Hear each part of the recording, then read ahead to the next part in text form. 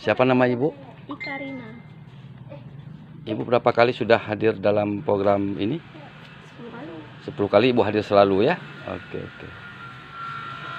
Apa yang sudah Ibu dapatkan selama 10 kali hadir kemari? Apa saja yang Ibu diberikan programnya?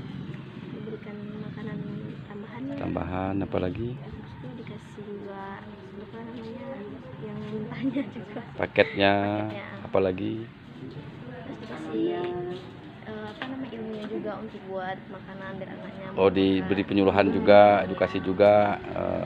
Ibu praktekkan di rumah apa yang Ibu dapatkan? Anak-anak mau makan kira-kira yang diberikan? Ya, mau juga Pak, tapi namanya anak-anak kadang kan mau makan, kadang payah juga. Oh. Ya, bentar. Ibu, menurut Ibu program ini menguntungkan, baik bagi Ibu atau gimana pendapat Ibu? Pak, dan kita yang punya anak-anak yang kurang sehat itu bisa diperhatikan gitu kan. Kita bisa diperhatikan, bisa apa namanya? Anak-anak ini bisa makanannya kan bisa mencukupi gitu. Mencukupi. Jadi dengan ada ini berarti ada keuntungan bagi Ibu. Makasih Ibu.